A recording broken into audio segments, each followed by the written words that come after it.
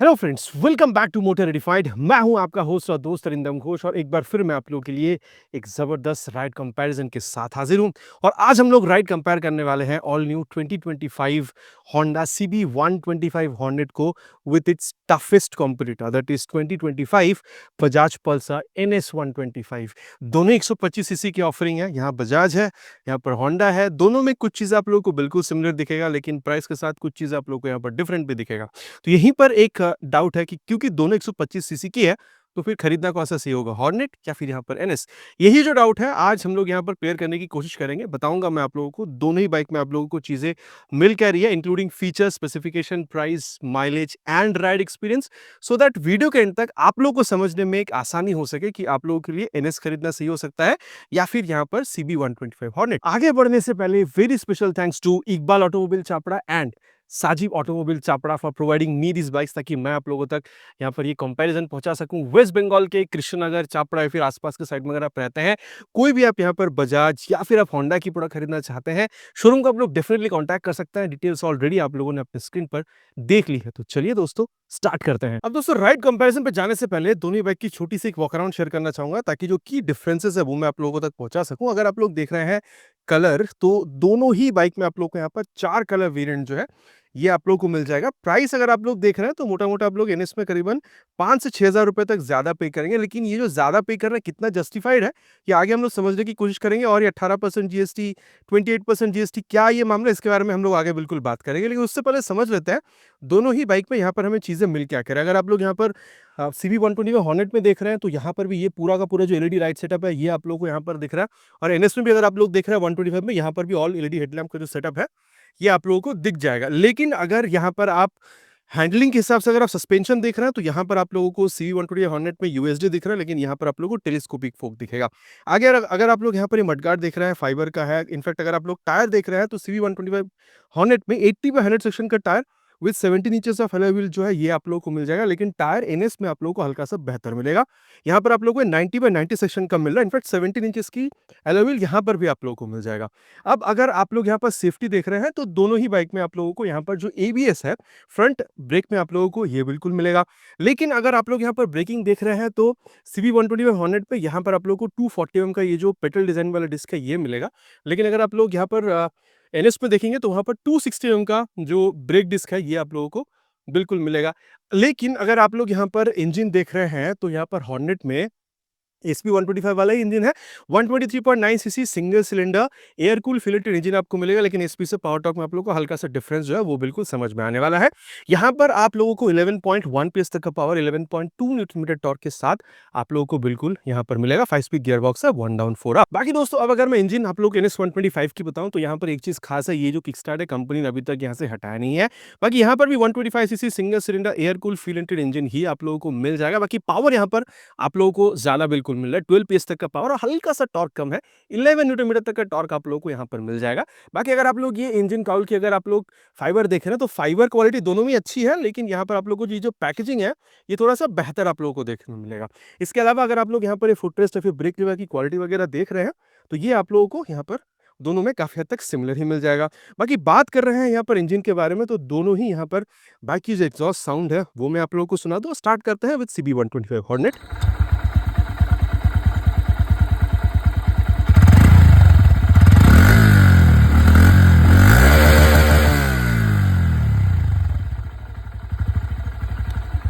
तो ये आवाज़ आप लोगों ने यहाँ पर हॉर्नेट 125 की सुन ली। और अब मैं आप लोगों को यहाँ पर जो NS 125 इसकी भी आवाज़ सुना दूँ। बाकी यहाँ पर आप लोगों को ये जो अंडरबिल एग्जॉस्ट है ये आप लोगों को मिलेगा।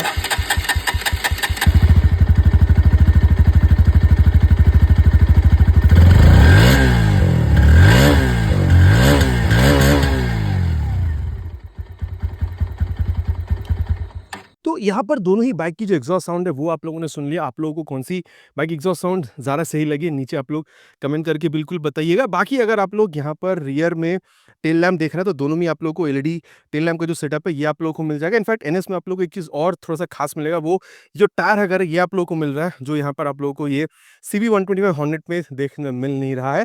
अब ये जो मैंने आपको बताया था 5 से 6,000 रुपये आप लोग एनएस में ज़्यादा पे कर रहे हैं, इन्हीं छोटी छोटी चीज़ों की वजह से वो कहीं ना कहीं जस्टिफाई भी हो जाती है। बाकी अगर आप टायर देख देख रहे हैं तो यहाँ पर भी आप लोग को एक डिफरेंस दिखेगा। अगर आप लोग एनएस में देख रहे हैं 120 सेक्शन तक का जो टायर है ये आप लोगों को मिलेगा, लेकिन अगर आप लोग यहाँ सीवी 125 हॉर्नेट में आ रहे हैं तो यहाँ पर आप लोग को 110 सेक्शन तक का टायर दिख रहा है। तो डेफिनेटली एनएस में थोड़ी सी बेहतर आप लोगों को बिल्कुल मिल रही है।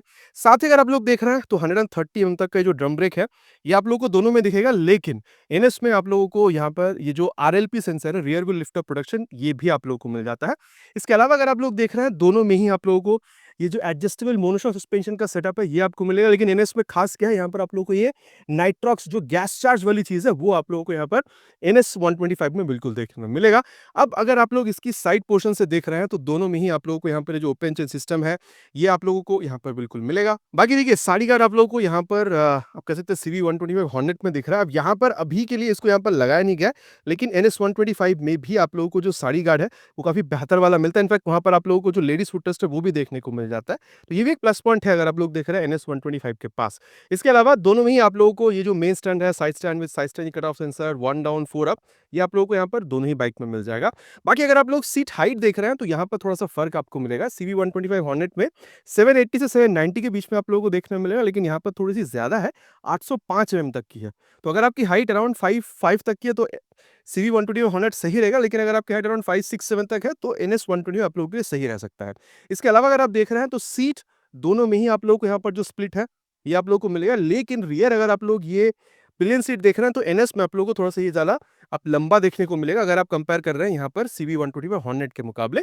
लेकिन चलने में कंफर्ट कितना ज्यादा आप लोगों को कौन सा सीट प्रोवाइड कर रही है चलते टाइम हम लोग यहाँ पर बात करेंगे। बाकी अगर आप लोग टैंक देख रहे हैं दोनों में ही आप लोग को यहाँ पर 12 लीटर तक का जो टैंक है ये आपको मिल जाएगा। E20 कंप्लीट इंजन के साथ आपको मिल रहा है, तो फ्लेक्सिबल के साथ भी आप दोनों इंजन को रन करा पाएंगे। बाकी माइलेज अगर आप लोग देखते हैं 50 से 60 के बीच में आप लोग यहाँ पर दोनों ही जो इंजन है इसके साथ आप लोग एक्सपेक्टेशन रख सकते हैं।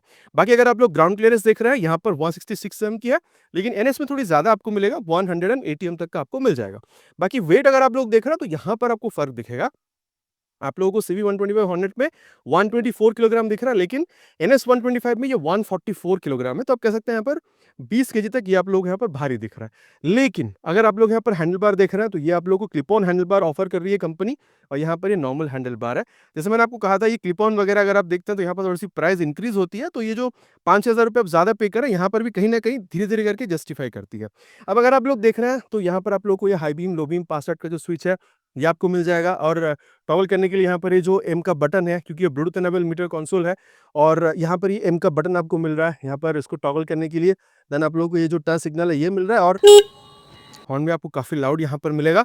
और यहाँ पर इंजन के स्विच आप लोग देख सकते हैं, और नीचे है इंजन ऑन करने का स्विच। बाकी एग्जॉस्ट फैन मैंने आप लोग को ऑलरेडी यहाँ पर सुनाया है। मोबाइल चार्जिंग पोर्ट जो है वो भी आप लोग को यहाँ पर मिलेगा, लेकिन आप लोग को यहाँ पर यूएसबी टाइप मिल जाएगा।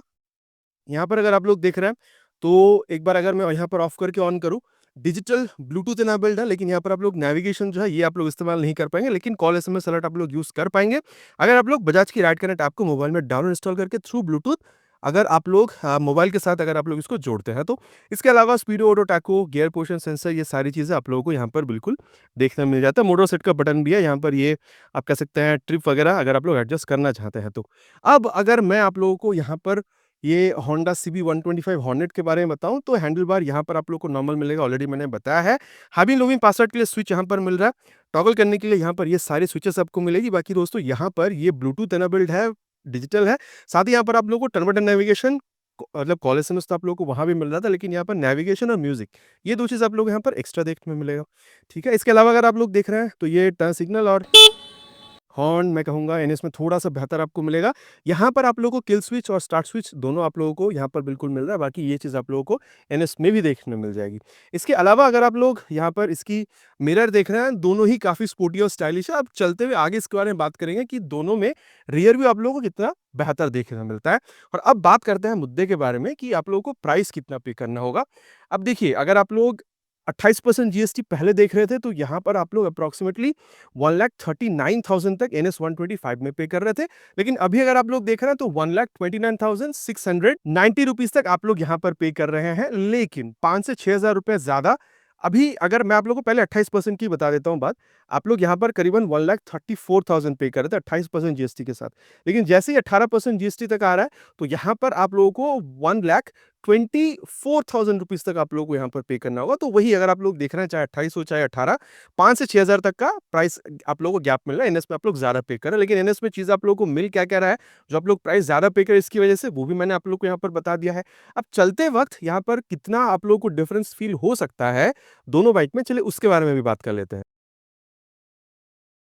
और दोस्तों अब यहाँ पर राइड रिव्यू की शुरुआत करेंगे यहाँ पर NS 125 के साथ। भले ही पावर यहाँ पर थोड़ी सी ज़्यादा, लेकिन फिर भी इसी से यहाँ पर शुरुआत करेंगे क्योंकि वेट भी इसका यहाँ पर थोड़ा सा ज़्यादा आपको मिलेगा। बाकी सीट हाइट 805 mm तक की ऑलरेडी मैंने बताया है, और सीट आप लोगों को थोड़ा सा टाइट मिलेगा, अनकंफर्टेबल नहीं है, आप कह सकते हैं कंफर्टेबल है, लेकिन थोड़ी सी टाइटर साइड पर आपको मिलेगा। और ये सीट लॉन्ग राइड्स के लिए आप लोगों को ज़्यादा यहाँ पर हेल्प करती है। बाकी भी अगर आप लोगों को सीट ज़्यादा सॉफ्ट मिलता है तो लॉन्ग राइड में बहुत ज़्यादा हेल्प नहीं करती है, बैक आपका दर्द होना शुरू होता है। बाकी अगर आप लोग देख रहे हैं रेयर फिटेड फुट पे है, हल्का सा सामने की तरफ झुक रहे हैं, क्लिप ऑन हैंडल बार है, वो कंप्लीट स्पोर्टी राइडर पोजीशन जो है वो आप लोगों को यहाँ पर बिल्कुल मिल रहा है। बाकी स्पेस में कोई कमी नहीं है दोस्तों, चाहे आप बैठ रहे हो या फिर पिलियन, स्पेस में आप लोगों को कोई कमी यहाँ पर फील हो नहीं रहा है। और चलिए अब यहाँ पर टाइम वेस्ट ना करते हुए स्टार्ट करते हैं। फर्स्ट गियर पे मैंने डाल दिया है। और ये बाकी एक चीज़ जो मैं कहूँगा, यहाँ पर मैं सिंगल राइड कर रहा हूँ और यहाँ पर स्पीड ये थोड़ी सी धीमी खींचती है, लेकिन ऐसा नहीं कि भाई बिल्कुल ही लैग है, जैसे लोग काफ़ी लोग कहते हैं कि भाई लैग फील होता है, तो ऐसा नहीं है कि आप लोगों को बहुत ज़्यादा लैग फील हो रहा है, लेकिन हाँ ये स्पीड थोड़ा धीमा खींचता है क्योंकि यहाँ पर आप लोगों को जो वेट है थोड़ा ज़्यादा मिल रहा है। ठीक है, और मैं सिंगल राइड पर हूँ, पहले आप लोगों को बता रहा हूँ, जो अपना एक्सपीरियंस है वो मैं आप लोगों के साथ शेयर कर रहा हूँ। लेकिन देखिए इसके इनिशियल की बात अलग है, लेकिन टॉप एंड का बात अगर आप यहाँ पर CV 125 हॉर्नेट्स अगर आप लोग इसकी कंपैरिजन करें तो टॉप एंड आप लोगों को एक अलग ही यहाँ पर कहानी बिल्कुल बताती है। उसके बारे में हम लोग पहले एक्सेलरेशन टेस्ट करेंगे, उसके बाद बात करेंगे। लेकिन उससे पहले एक चीज़ देखिए, यहाँ पर ये आप लोग को जो क्लच मिल रहा है is on the mid side, ना बहुत ज़्यादा सॉफ्ट ना बहुत ज़्यादा हार्ड।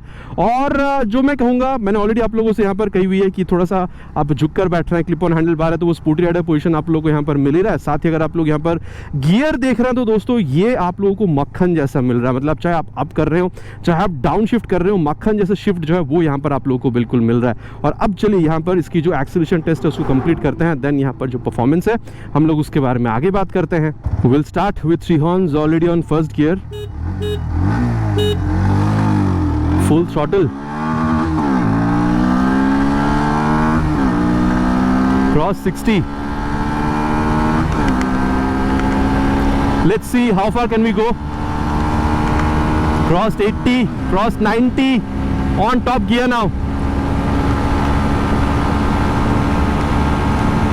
crossed 100। अब दोस्तों इससे ज़्यादा ये रास्ता हमें अलाउ नहीं करेगी, ठीक है। बाकी रास्ता थोड़ा सा यहाँ पर छोटा, मतलब चौड़ाई में छोटी है, लेकिन काफ़ी अच्छा रास्ता हमें यहाँ पर मिला है आज। बाकी देखिए मैं कहूँगा वाइब्रेशन अगर आप देख रहे हैं 95 जाने के बाद आपको फील होगा, मतलब उसमें भी बहुत ज़्यादा नहीं, लेकिन हाँ थोड़ा सा विजिबल वाइब्रेशन 95 के बाद आपको मिलेगा। लेकिन अगर आप लोग ये देखिए स्टेट हाईवे है, तो इस तरीके से अगर आप स्टेट हाईवे वगैरह पर निकलना चाहते हैं, हाईवेज पर आप निकलना चाहते हैं, अगर आप कंफर्टेबल क्रूजिंग स्पीड देख रहे हैं, मैं कहूँगा 100 तक भी आप लोगों को बहुत ज़्यादा यहाँ पर परेशानी होनी नहीं चाहिए, क्योंकि वहाँ पर भी आप लोगों को अच्छा खासा स्टेबिलिटी, इनफैक्ट स्टेबिलिटी अगर आप लोग देखते हैं तो टॉप स्पीड तक भी काफ़ी अच्छा खासा आप लोगों को मिल जाता है। और वाइब्रेशन भी आप लोगों को इवन 100 तक भी बहुत ज़्यादा आपको फील नहीं होगा। तो 90 से 100 के बीच में आप कंफर्टेबल क्रूजिंग स्पीड यहाँ पर बिल्कुल कह सकते हैं। और अगर मैं आप लोगों को यहाँ पर माइलेज के बारे में बताऊँ तो ऑलरेडी मैंने कही है 50 से 60 के बीच में, वो भी आप लोग यहाँ पर बिल्कुल एक्सपेक्टेशन रख सकते हैं। और दोस्तों अब यहाँ पर जो राइड कंपेरिजन इसको स्टार्ट करते हैं, हम लोग NS 125 को ऑलरेडी चला चुके हैं। बाकी हाँ वेट वहाँ पर ज़्यादा थी और यहाँ पर कम, ये आप लोगों को बिल्कुल यहाँ पर ये फील करा रही है। जब आप बैठ रहे हैं थोड़ा सा हिला डुला के देख रहे हैं तो ये थोड़ी सी हल्की जो है ये आप लोगों को यहाँ पर ये बिल्कुल फील करा रही है। और NS हो चाहे ये, यहाँ पर बहुत ज़्यादा आप लोगों को झुकने की ज़रूरत हो नहीं रही। ये फील में बहुत ज़्यादा डिफरेंस मैं आप लोगों को नहीं कहूँगा, लेकिन डेफिनेटली वो क्लिप ऑन हैंडल बार की वजह से हल्का सा वो फील में आप लोगों को जो डिफरेंस है वहाँ पर बिल्कुल मिलेगा। बाकी दोनों ही बाइक में रेयर फिटेड फुटपिक जो है वो आप लोगों को मिल रहा है। और डेफिनेटली NS में रियर में जो यहाँ पर पिलियन के हिसाब से बैठ रहा है उसको थोड़ा सा बेहतर आप कह सकते हैं जो स्पेस है वो आपको मिल जाएगा। लेकिन अगर आप कंफर्ट कुशनिंग देख रहे हैं तो मैं कहूँगा जैसे NS में था, यहाँ पर भी आप लोगों को सेम ही कंफर्ट देखने मिल रहा है, सीट में ना सॉफ्ट ना हार्ड। और चलिए अब यहाँ पर इसको स्टार्ट करते हैं। फर्स्ट गियर और सेकेंड गियर, देखिए डेफिनेटली NS में 144 किलोग्राम का वेट है और यहाँ पर 124 20 किलोग्राम का जो फर्क है वो आप लोगों को इनिशियल स्पीड में तो समझ में आएगा। ये थोड़ी सी बेहतर आपको जो इनिशियल स्पीड है वो बिल्कुल निकाल कर दे सकते हैं। लेकिन दोस्तों टॉप स्पीड की बात ही अलग है। तो टॉप स्पीड पहले एक्सेलरेशन टेस्ट करेंगे, उसके बाद टॉप स्पीड के बारे में बात करेंगे। लेकिन हाँ अगर आप लोग क्लच देख रहे हैं, मैं कहूँगा NS और यहाँ पर बहुत ज़्यादा डिफरेंस आपको वो सॉफ्टनेस में फील नहीं होगा। दोनों मिड साइड पर है, ना बहुत ज़्यादा सॉफ्ट ना बहुत ज़्यादा हार्ड। लेकिन अगर आप लोग यहाँ पर गियर शिफ्टिंग देख रहे हैं, मैं कहूँगा यहाँ पर NS के मुकाबले थोड़ा सा ज़्यादा एफर्ट आपको देना हो रहा है। अगर आप लोग अप या फिर डाउन शिफ्टिंग कर रहे हैं तो। बाकी यहाँ पर भी ठीक है, लेकिन थोड़ी सी ज़्यादा सॉफ्ट आप लोगों को एनएस का जो गियर शिफ्टिंग है वो आप लोगों को फील हो सकता है। और आप चलिए अब गियर और क्लच इन सब के बारे में बात कर रहे हैं, तो जो यहाँ पर एक्सीलरेशन टेस्ट उसको कंप्लीट करते हैं, देन परफॉर्मेंस के बारे में आगे बात करते हैं। We'll start with 3 horns already on first gear. Full throttle. Cross 60.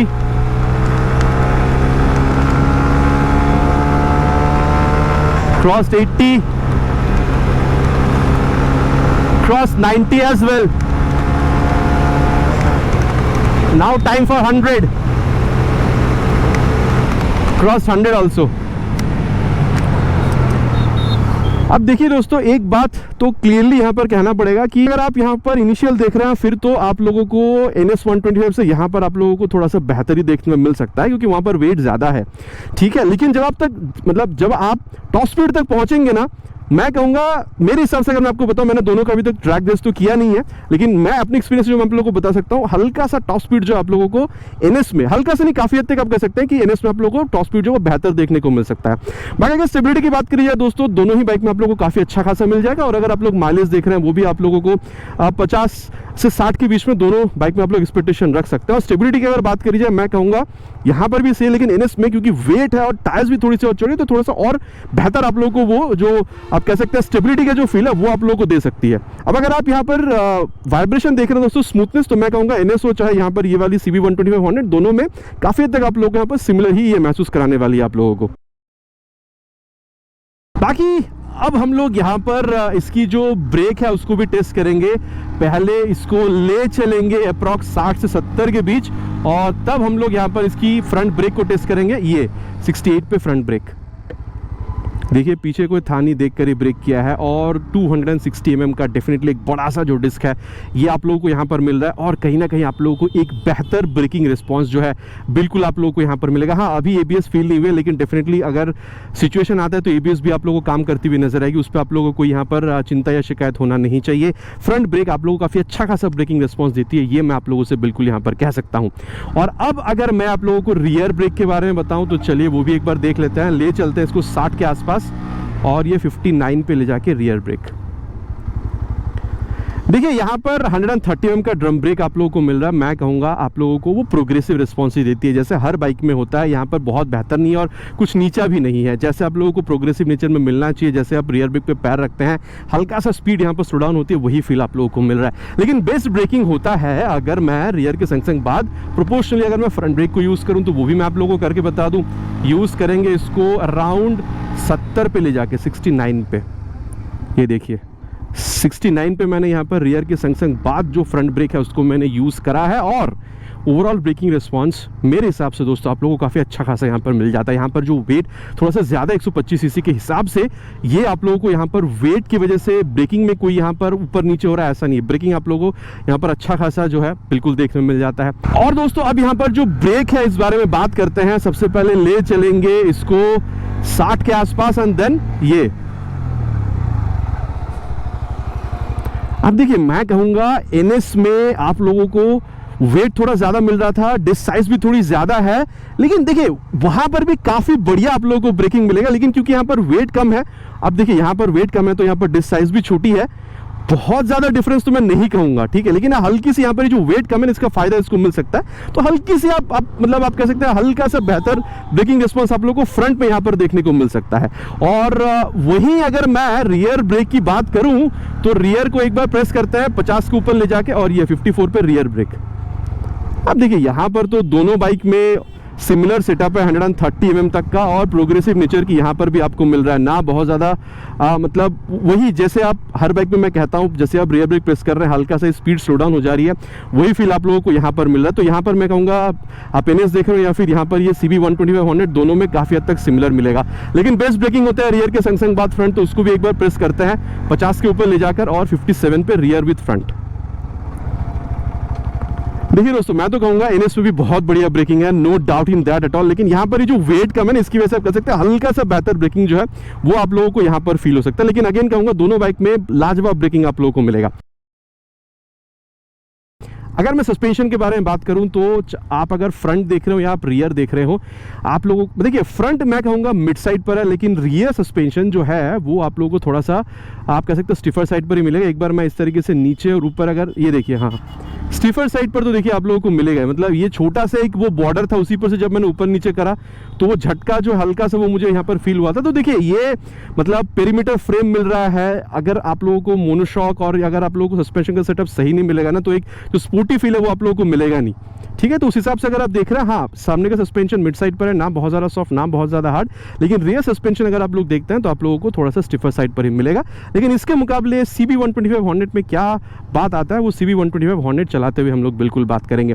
इसके अलावा देखिए अगर मैं आप लोगों को ओवरऑल फील के बारे में बताऊं तो रियर व्यू मिरर काफ़ी अच्छा खासा रियर व्यू आप लोगों को प्रोवाइड कर रही है, कोई इसमें दो राह नहीं है। और अगर आप लोग देख रहे हैं तो यहाँ पर speedo odo tacho gear position sensor सब कुछ आप लोगों को मिल रहा है। और हाँ शायद नेक्स्ट अपडेट में यहाँ पर ब्लूटूथ के साथ वो जो मतलब ब्लूटूथ तो खैर अभी भी है, लेकिन नेविगेशन शायद नेक्स्ट अपडेट तक हमें वो भी कंपनी ऑफर कर दे, क्योंकि NS सीरीज में आप लोगों को सिमिलर आप कह सकते हैं जो कंसोल में आप लोगों को ऑलरेडी देखने में मिल जाता है ना, टर्न बाय टर्न नेविगेशन, तो शायद नेक्स्ट अपडेट में वो भी मिल जाए। बाकी मैं इतना कह सकता हूँ कि कॉकपिट व्यू आप लोगों को काफ़ी अच्छा खासा मिल जाता है। और ये पेरीमीटर फ्रेम के साथ सस्पेंशन का जो सेटअप है काफ़ी अच्छा खासा आप लोगों को यहाँ पर स्टेबिलिटी का जो फील है वो आपको देती है। कॉर्नरिंग वगैरह में भी आप लोगों को बहुत ज़्यादा यहाँ पर डर नहीं लगता, मतलब काफ़ी हद तक आप लोगों को जो कॉन्फिडेंस है वो बिल्कुल देती है, ठीक है। ये जो ओवरऑल सस्पेंशन का जो सेटअप है ये, एंड देन देखिए सीट इज़ क्वाइट कंफर्टेबल, बहुत देखिए हल्का सा झुकना हो रहा है, बहुत ज़्यादा आपको झुकना भी नहीं हो रहा है, और सीट भी कंफर्टेबल और स्पेशियस भी है, चाहे आप राइड कर रहे हो या फिर प्लेन के साथ आपको स्पेस का यहाँ पर कोई कमी फील नहीं होता है, ठीक है।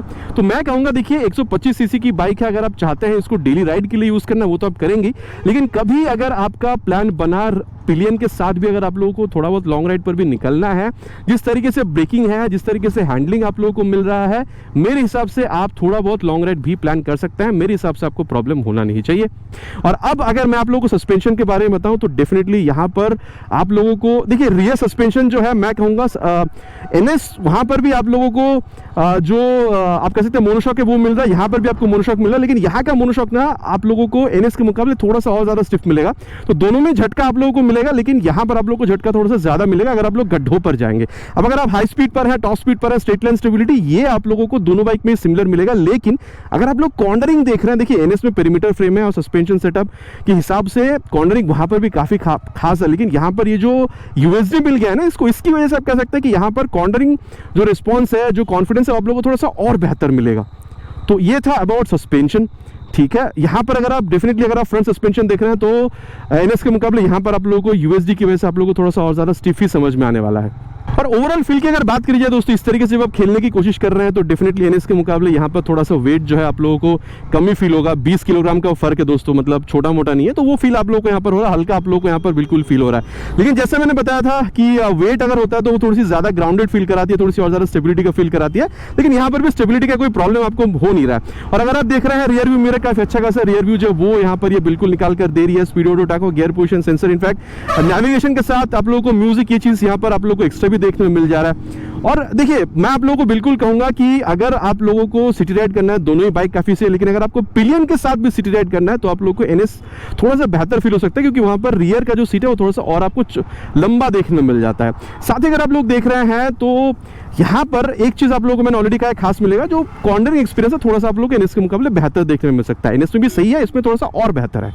अब देखिए दोनों ही बाइक के बारे में मैंने आप लोगों को बता दिया। और हाँ अगर आप लोग यहाँ पर कभी अगर प्लान बना पिलियन के साथ हाईवेज पर निकलने का, तो भी मैं कह सकता हूँ दोनों ही बाइक में आप लोग जा सकते हैं। लेकिन अगेन पिलियन का सीट क्योंकि NS में थोड़ा सा आप लोगों को बड़ा मिलेगा, तो वहां पर पिलियन को कंफर्ट और थोड़ा सा ज्यादा फील हो सकता है अगर आप लॉन्ग राइड प्लान कर रहे हैं तो।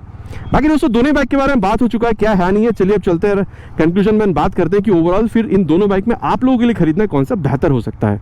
और दोस्तों अब है सत्यवचन की घड़ी, कंक्लूजन का समय कि फिर आप लोगों के लिए NS 125 सही रहेगा या फिर न्यूली लॉन्च CB125 हॉर्नेट आप लोगों के लिए सही रहेगा। देखिए मैं इतना आप लोगों से कह सकता हूँ कि बजट एक पहला चीज़ आता है।